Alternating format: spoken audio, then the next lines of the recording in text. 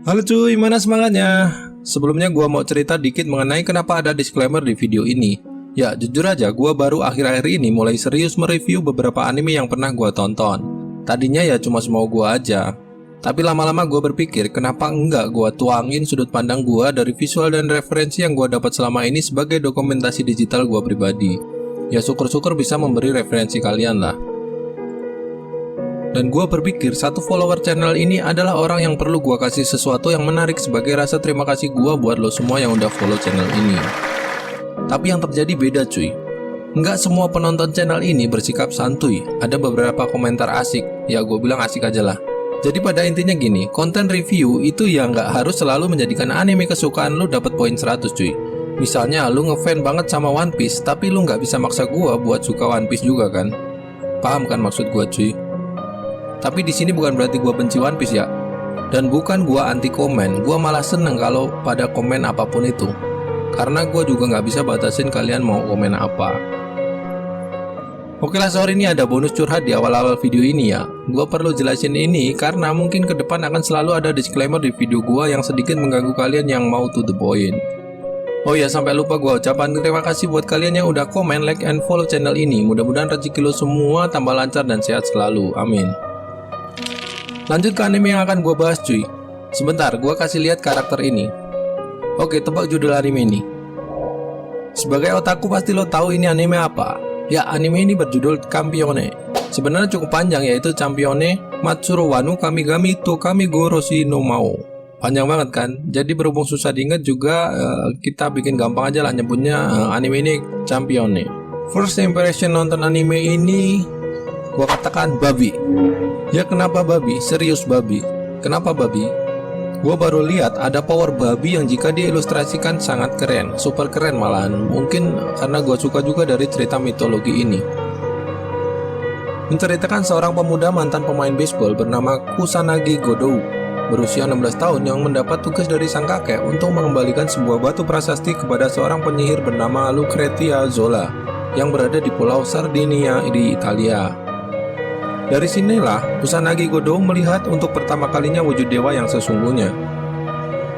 Dalam perjalanan mengembalikan batu prasasti, Kusanagi dicegat oleh seorang gadis ksatria dari organisasi rahasia Sokudou Kurojoji yang bernama Erika Brandelli.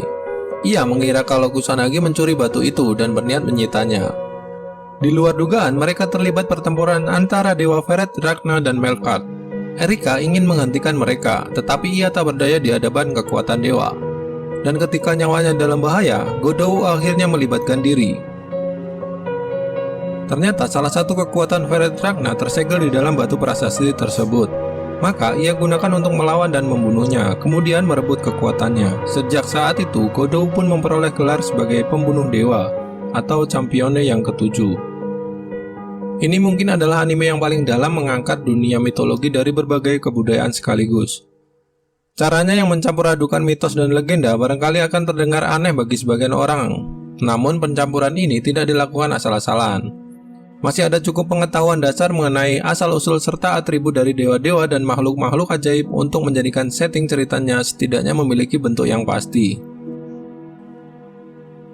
Dan setting tersebut sungguh luar biasa, terutama bagi anime bergenre action seperti ini. Ada berlimpah penyebab munculnya konflik. Apakah itu dewa melawan dewa, dewa melawan Champione, Champione melawan Champione, atau para kesatria dari organisasi rahasia yang melibatkan diri dalam semuanya itu. Tidak ada satu episode yang terlewatkan tanpa ada suatu pertarungan intens yang terjadi. Yang lumayan jadi notice di anime ini hampir selalu adegan-adegan ciumannya. Hah? Kenapa selalu aja begitu? Bahkan di episode pertama sebelum Best Power of Kusanagi muncul saat membunuh dewa, ada ritual cipok dulu cuy. Anjay memang. Nih Kang Audit, gua tampilin begini jangan baper jadi vulgar ya.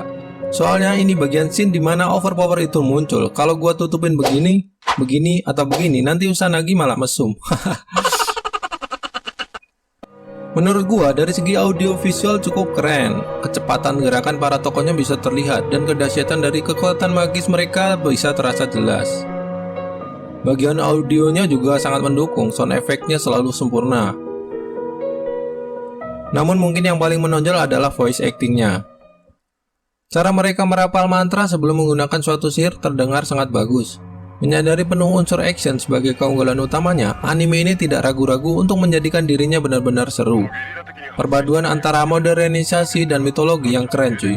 Seperti saat kabur dari kejaran musuh, mereka bisa kabur dengan mobil. Jadi nggak selamanya berterbangan kayak Mbak Kunti. Kenapa aku dibawa-bawa, Bang? Jika kalian menyukai anime action yang magis, inilah jawabannya. Cukup lengkap dengan genre yang melengkapinya, yaitu action, ecchi, supernatural. Sangat layak buat jadi tontonan. Oke cuy, segini aja dulu review gua kali ini. Cek video gua lainnya. Tetap semangat, jangan lupa ibadah dan makan yang kenyang agar kalian tetap hidup bermanfaat. Good day, good luck, and God bless.